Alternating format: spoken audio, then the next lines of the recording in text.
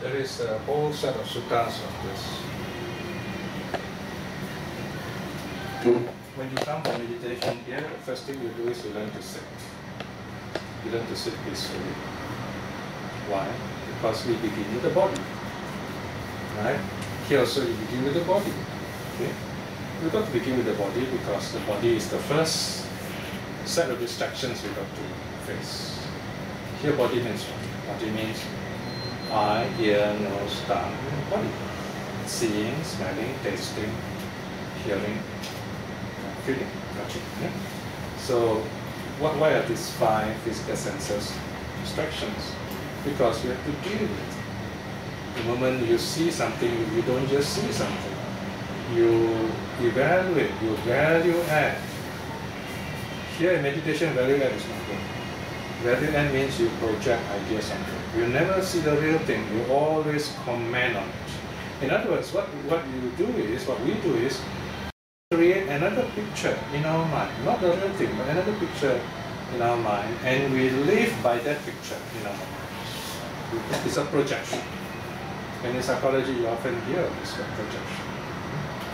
So, understandably, we never get things right when we have a projection. You can never really communicate with people because I don't agree with it, I'm not like that, and so on. So, we don't see the real thing. So, in the first thing meditation is, we've got to shut down those way of looking at things for a while to clear our lenses, as I mentioned earlier. So the 5 physical senses, they are the world. They are our world, but it's not a perfect world because it's a projection. They are projections. So we're going to shut them for a while, and then we do that by focusing on different aspects of bodily action. That's why they're called body-based meditation. Number 1, body-based. The Pali word is kaya anupassana. Anupassana means recollection, contemplation.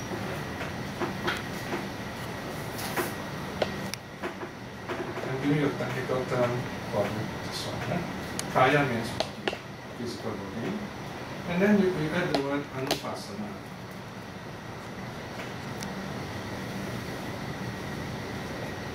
This means long vowel. 2 counts. This is 1 count, it's 2 counts. So you join this together.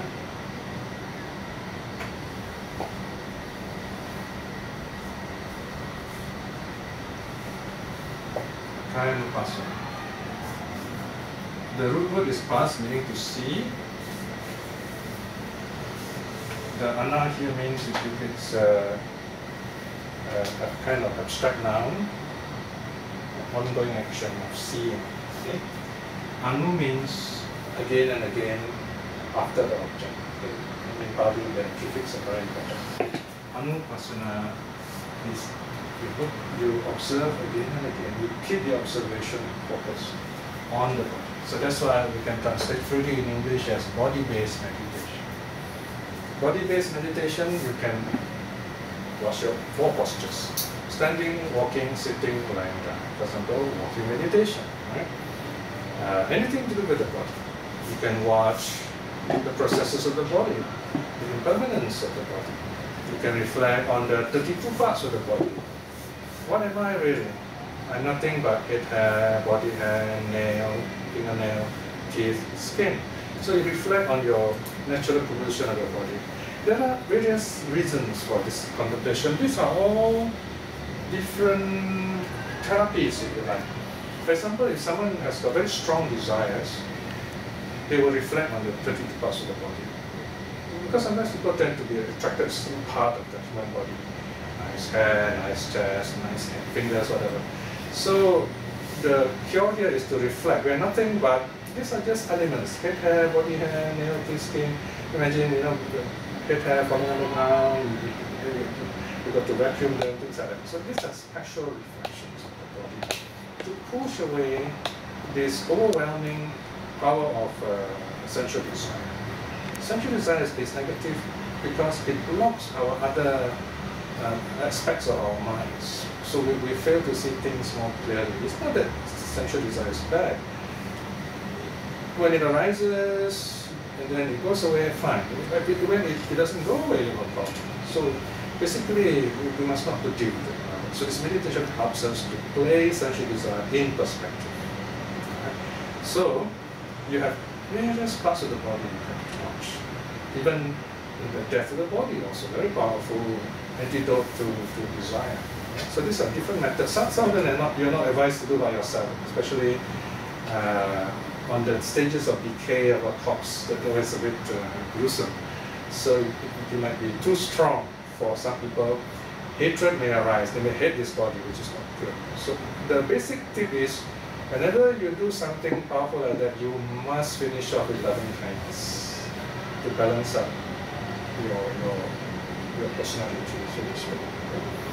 So the body-based meditation, the most important one for us is breath meditation.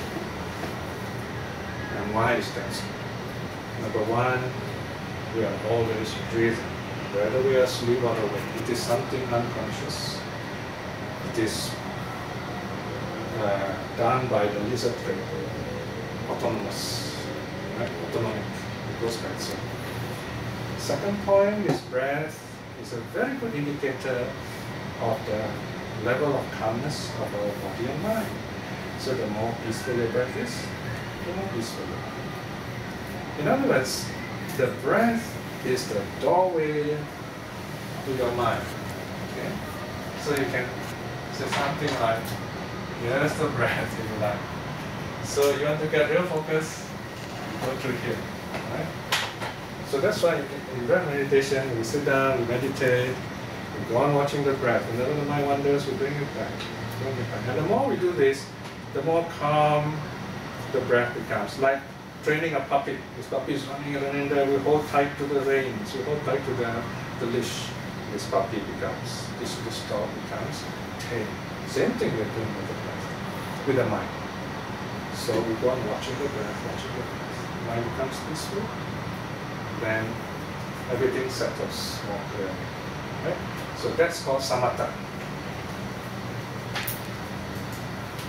Samatha means peacefulness, tranquility. Some people say samatha is not important. Not samatha, very important in perspective. Samatha comes to mind. The deepest form of samatha is called dhyana or jhana.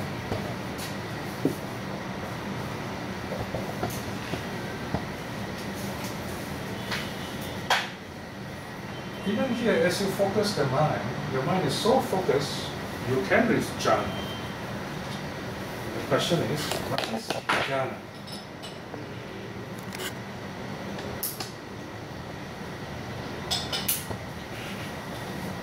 The definition is very simple. The experience is profound, so you understand.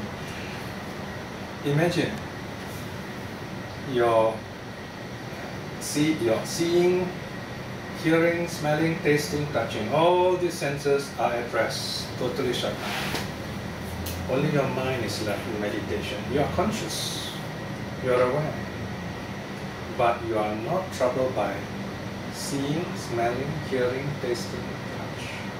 Pure mind. That is jhana, pure mind. And the mind is so pure, untrammeled by the body. In other words, unlimited by the body. We are limited by our bodies. So in deep meditation, you free yourself from the body. That's another way of talking. You free yourself from the body, you become pure mind. Okay? So this way, in some suttas, the Buddha says that this mind is free. It's like you pull a reed, a grass, this long reed. You pull the center reed out, and you have this astral body, or like a sword with a scabbard. You pull the sword out of the scabbard, so the astral body can leave the physical body, so to speak. And that's how the Buddha is able to move around, I suppose, to appear to other monks. This is what we study in the suttas. All right. So these are possibilities of freeing the mind. For our purposes, anyway, it's quite sufficient to say that the mind is so peaceful that you are able to see more clearly who you really are, what you really are, and to be at peace with yourself. Okay? So jhana means complete pacification and clarification, clarity of the mind, pure mind, and very joyful, very blissful. Okay? In a sense, all of us here, you do some kind of meditation, at some point, you have at least a glimpse, maybe a split second, you felt something, wow, this is very peaceful. You know it is that. The problem is after a while we forget. Well, then chit-chat with people, most of the negative people, and we forgot we experienced a beautiful thing. Until one day we sit down very quietly in the peacefulness of our mind and say, yeah, I had this beautiful experience. And I want to get the experience again. So in other words, it's very important for us not to forget these happy moments. When you forget happy moments, then you are at the mercy of the other negative people. Your life is being defined by those people. You are effectively giving your remote control to people, and then they start pressing you. Hey, come here, go there, play, let's go to IR, whatever. You know? So you don't have a life. You don't have a life. We are defined by other people. That's why you're not happy. You know? Right? People tell us how to be happy. How can that be? We decide how happy we are by dealing directly with our own lives. So that is jhana. Any questions about this? So far? Clear enough? Alright, so that's body-based meditation. So now we come back. So you are beginners, you are sitting meditating, trying to watch the breath. The next thing you notice is there are feelings, right? Feeling-based meditation, that's number 2. So even though you may get no spectacular experience through your breath, it's okay, right? Meditation is ironic, and that's really the right one. When you want something, you will never get it in meditation. Why? Because you're thinking.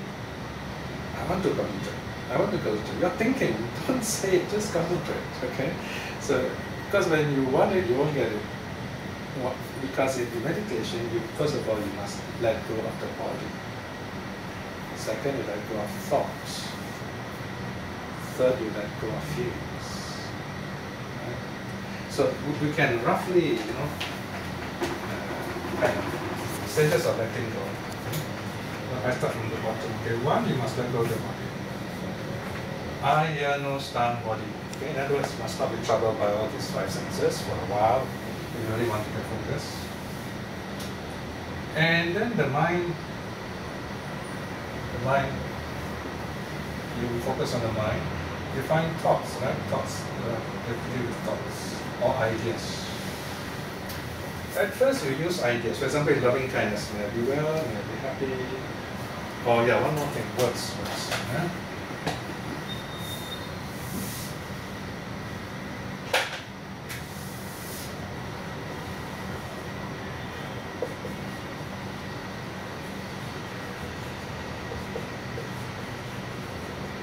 This is another good thing of meditation. 4 stages of letting go.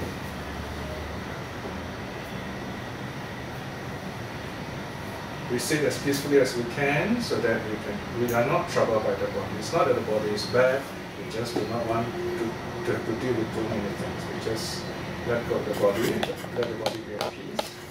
And then we deal with words. We use words, may I be well, may I be happy.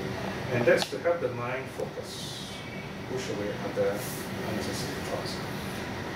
You know the words have served their purpose when you feel these words are becoming a bit noisy. You find you don't need to say the words anymore.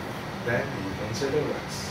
Because by that time, you feel there's always some thoughts of loving kindness, because you can remember, wow, this beautiful place you have been to, the feeling is very nice, very peaceful, this mountain, this valley, or this event. You feel very happy, right? So in other words, then feelings arise. You feel really good, very joyful, you don't need words, it's so joyful that you just are speechless. And then you just let it be, just let it be. This part is tricky. The moment you say, wow, it might disappear. So you just got to let it be. What you can do, the little tricks in addition to will teach you. For example, you can gently smile at this beautiful experience to keep it focused.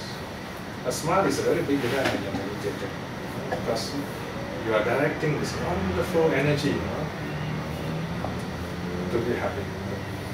Or you can gently whisper a simple word like peace, so that the mind, we must reflect on everything, then you will stay there. So the idea is to stay with that peace as long as you can, hours, even days, if possible. But you can't rush it. Because it's something that must grow by itself. It's like you're watering the plant. When the plant will grow, at the right time it will grow. But it is possible. So this is the mind. You begin to experience the mind directly. And then when everything is at peace, dhammas arises. See, dhammas means realities. Realities. In other words, experiences, direct experiences of true reality, not virtual reality. You begin to experience suddenly, oh, my body is impermanent. You begin to experience the nature, rise and fall of events. It's like some scientists have some deep insight into some theory of the nature of matter, for example. But here you're looking at yourself. So whenever you experience the nature of reality, you just observe without any comment. Let it come, let it go, because these are only preliminaries. And slowly this experience will go deeper and deeper each time you meditate. Of course, when you meditate, normally we begin with this, but any of these can arise at any time. So you build it up. So basically, it's keeping your mind focused on one object at one time. Sometimes you're meditating, in the early stage especially, you're watching the breath, and you hear a sound, and there's a pain. So now which one do you do? You can't observe all. You choose one, you choose the dominant object. Whichever is distracting you the strongest, direct your attention to that. And observe it for what it really is, nothing more. For example, there's music playing, so it's just sound. You don't say, oh, someone singing, or the title of the song, doesn't matter. It's just sound. Because a name is very subjective. Once you name that song, your mind will start thinking, oh, somebody wrote this, I like this, or I don't like that. Then you start thinking. So by simply noting it basically as sound, if you like, you can use a few words, your mind is noting it, and then you let it go. So in other words, there's nothing wrong in all this distraction of arising. The idea is not to follow it. Or as we like to say in meditation lingo, let it come, let it go.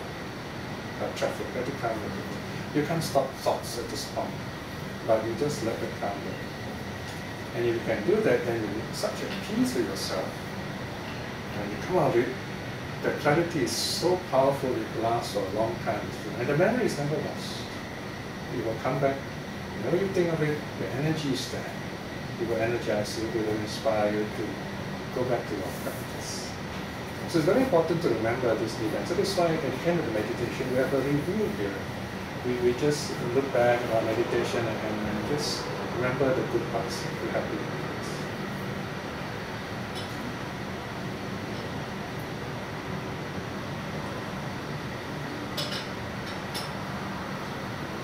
Okay. Question times. Maybe this is a bit of follow-up of the earlier question, but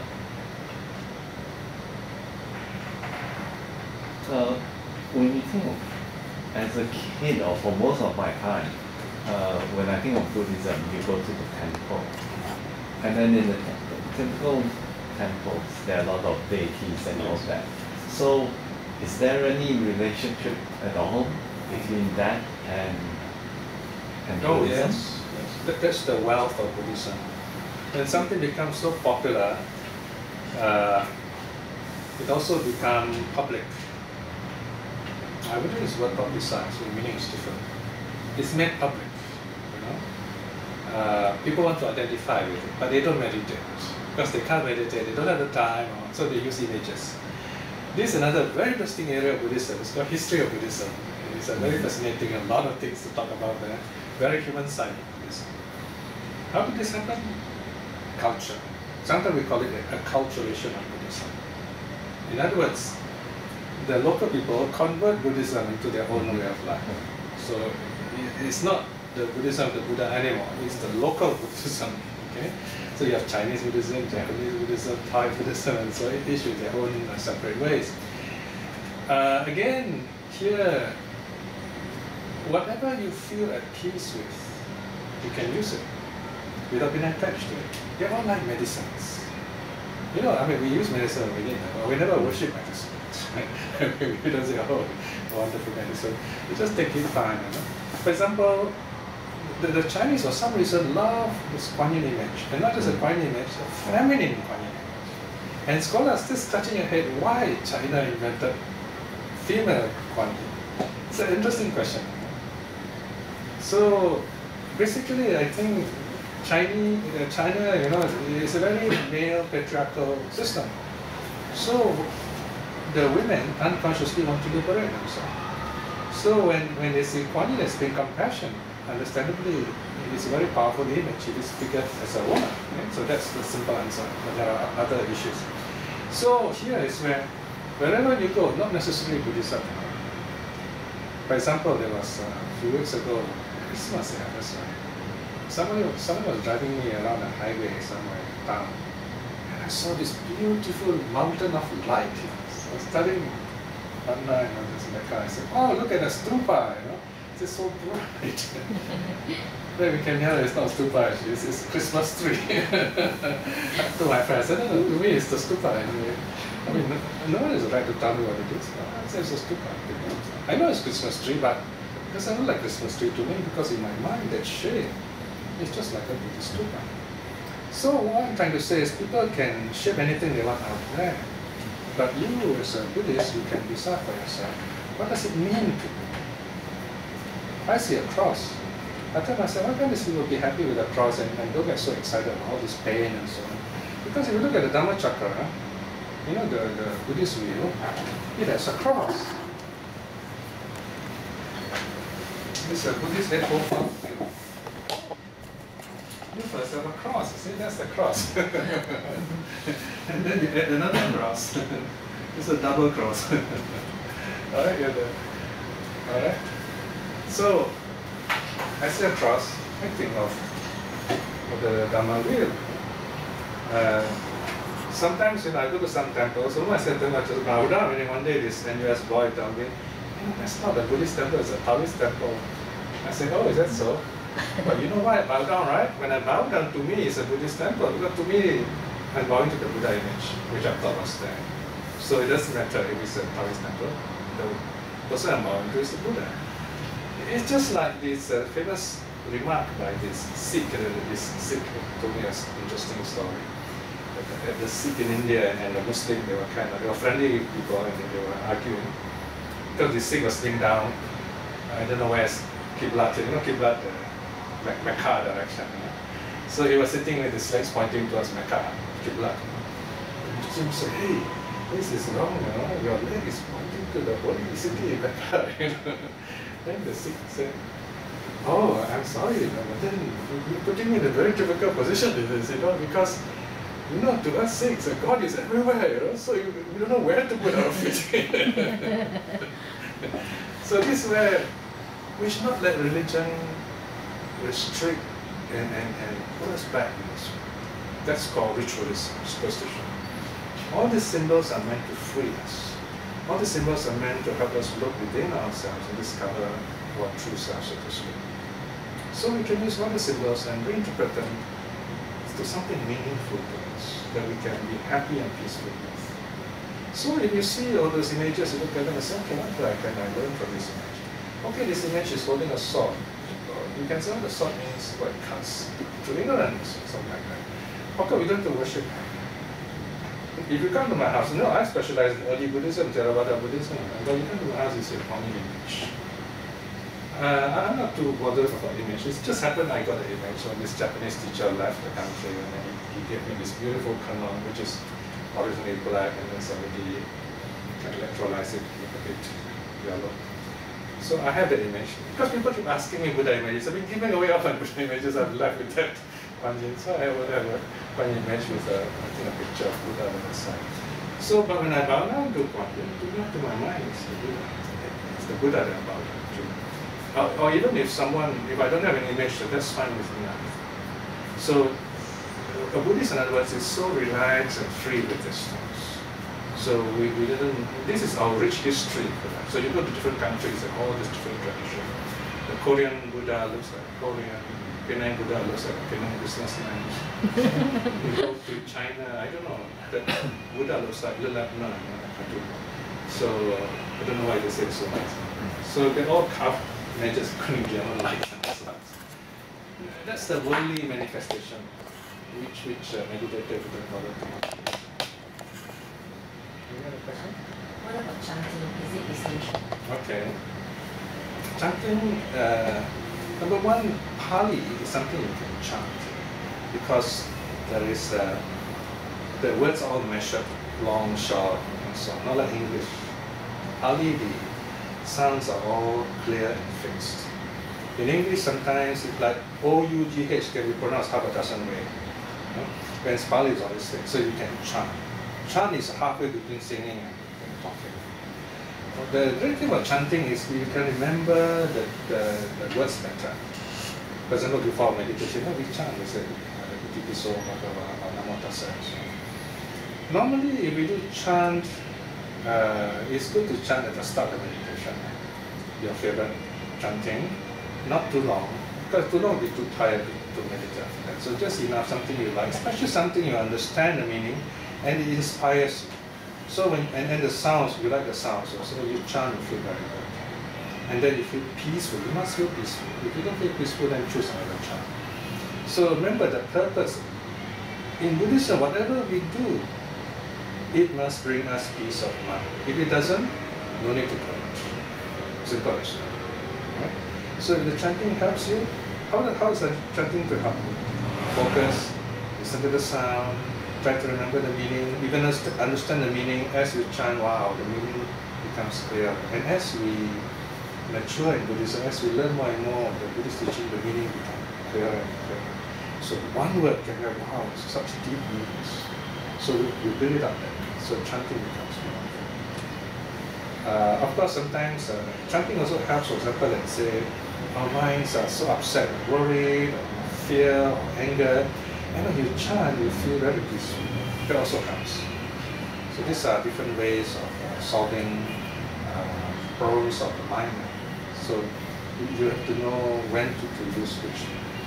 When you are meditating, deep in meditation, of course, you will start chanting, then you lose your concentration. But let's say halfway, you get distracted, some negative thoughts come to your mind, and you try all different methods, doesn't work. Maybe chanting like that. So you can try different methods, and you see which one works for you. So chanting is one of the methods. Another purpose of chanting is as a common effort. For example, people come on Sunday. Not everybody can meditate, so chanting is a wonderful public act of worship. So that helps.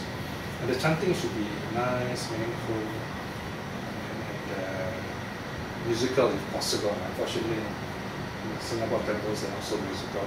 Some of the chantings are very terrible. I mean, if you know Pali chanting is a yaks, you don't feel like listening. But it is okay. They feel happy with it, that's fine. So maybe my musical sense is different because my taste is more classical music and rock and things like that. So the Western Buddhists, they know musical theory and so on, so they chant beautifully.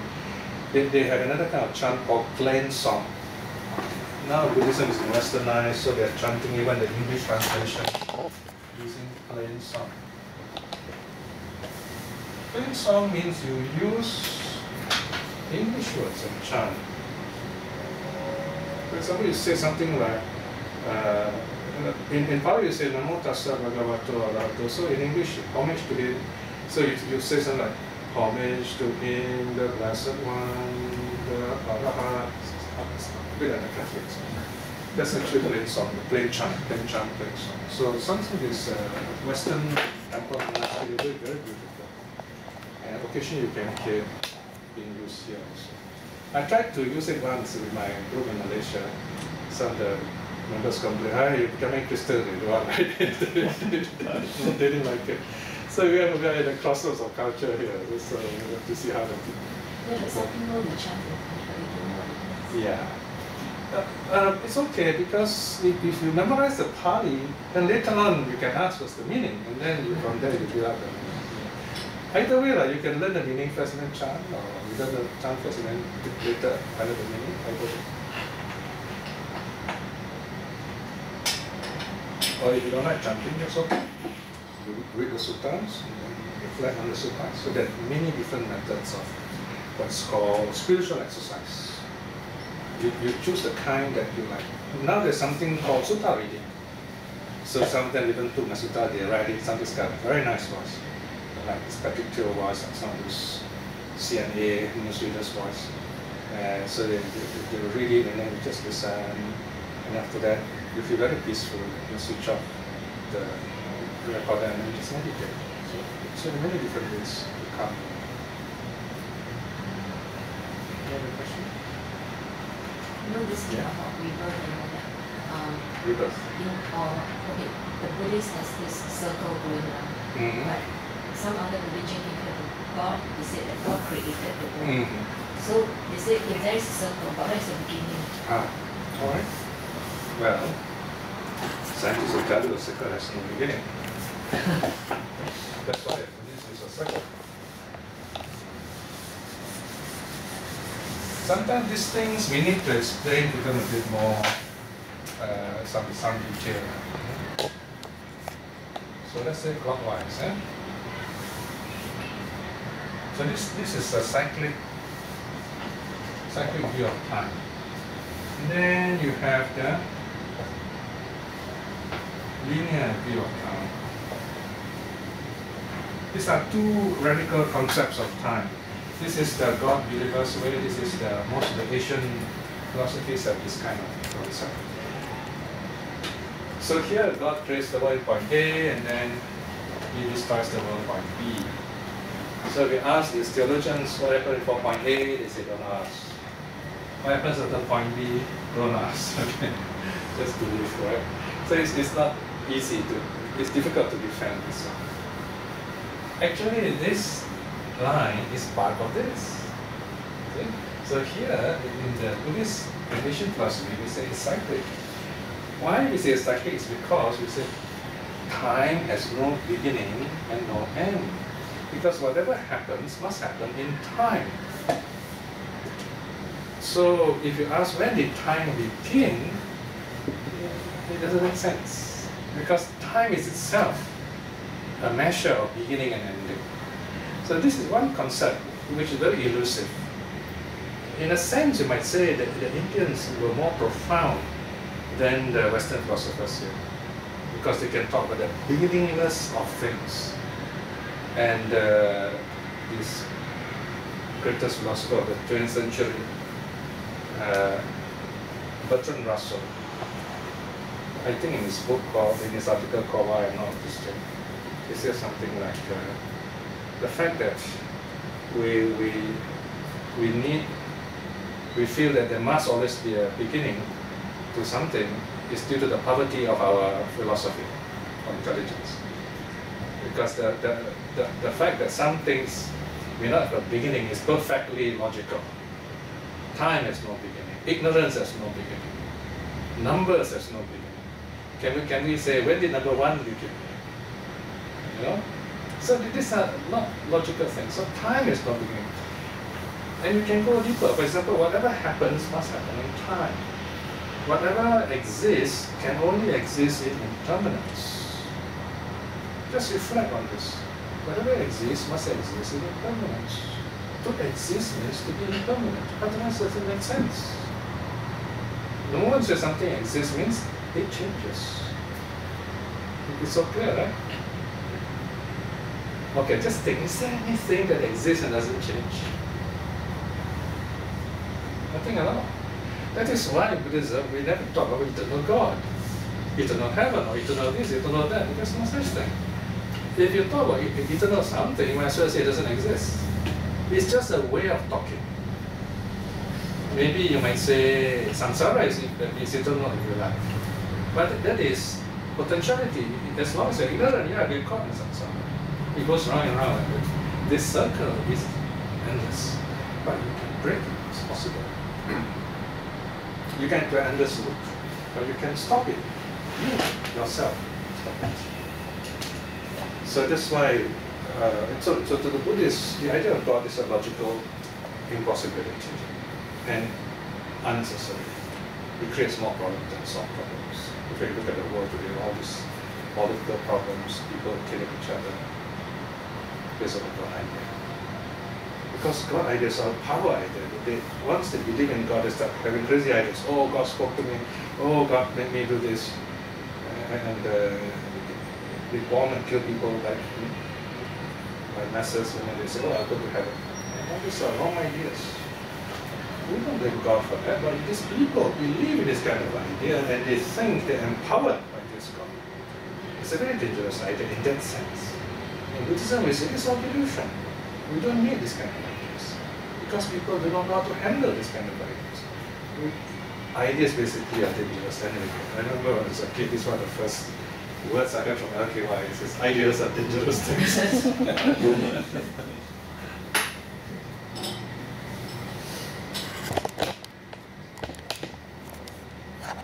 Then what about the starting of the world? I mean, the creation of the earth. We were talking about either God created or the other theory is the Big Bang theory. The Big Bang is fine with us.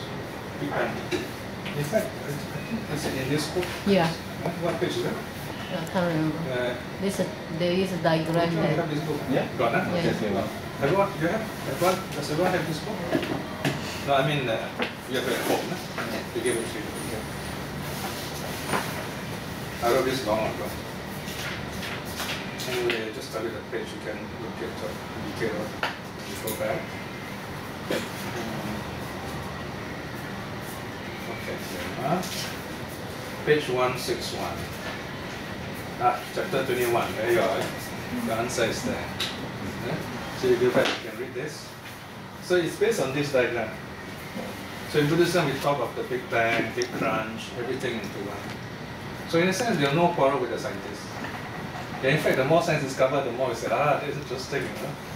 And Dalai Lama said, no problem. If science proves us wrong, we will follow science. It doesn't affect our salvation in any way. Okay. So you see, contracting universe, steady state, and matter revolve, and so on. Expanding universe, steady state.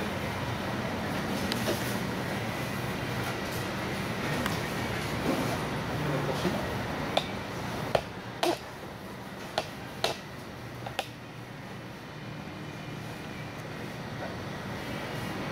Okay, so what I will summarize so far. So when we talk about Buddhism, we're talking about ourselves. We're talking about how can I know the world? How can I know myself? In fact, I'm the one who creates the world around me. Why? Because this world are my senses. What is my world? My world is made of what I see, what I hear, what I smell, what I taste, what I touch, and what I think. These are all there is that we can know. In fact, the Buddha says if you can add in even one more element, you're going to really get a headache. There is no number 7. That's all there is. Of course, when the Buddha talks about the 6 internal senses, he's also talking about the 6 external sense objects. Eye, visual form, ear, sound. So they come in a package. So we have 6 tools of knowing, if you like, 6 avenues of knowledge, and 6 objects of knowledge. In other words, 6 kind of things we can know. That's all. Now, if you consider that's all we can know, why all this big quarrel and philosophizing about God and ghosts and things we can't really usefully talk about? We should be understanding how we create this world in our mind. So if you can understand that, then you'll be at peace with yourself. This is the most wonderful message the Buddha is giving us. In other words, what the Buddha is saying, you don't need to believe in any religion, or believe what you like. But always remember how and why you believe. And if you can do that, then you are in a better way to understand yourself. You know, almost every month, and every week, we get people who are coming from other religions. There was one lady, she wrote to us and said, "Oh, can I try your meditation?" I said, "You got some?" I said, "Sure." But knowing that she's not a Buddhist, I said, but if you come here on Wednesday, it's a religious thing, it's a Buddhist thing, so we don't mind, you're welcome anytime. So she came. And after that, she was so happy. She was so happy with the meditation, she felt so free. And then after that, the study, it just happened as a right study for her, and she was so happy. So this is where we should never let people think for us. Basically, you look within yourself, you find the answers. And in Buddhism tells you, keep on asking yourself these hard questions. And then the answers may not come immediately, but once you input the question, one day the answers will come. Right? And it's an ongoing thing. For me, I've been with this work 40 years, and the answers are still coming. Every time it's so beautiful. And every week I'm writing something about it, I'm doing my translation work, and there's no need for holiday here, because this whole thing is like a holiday to me. It's like this, because it's so joyful. Yeah? That's another thing you will know. This sort of experience is so blissful. You feel good about it. And then you know you're on the right track. Okay? So with that, I wish you a happy New Year and see you all again after that. So do email me if any questions. Try my best to answer.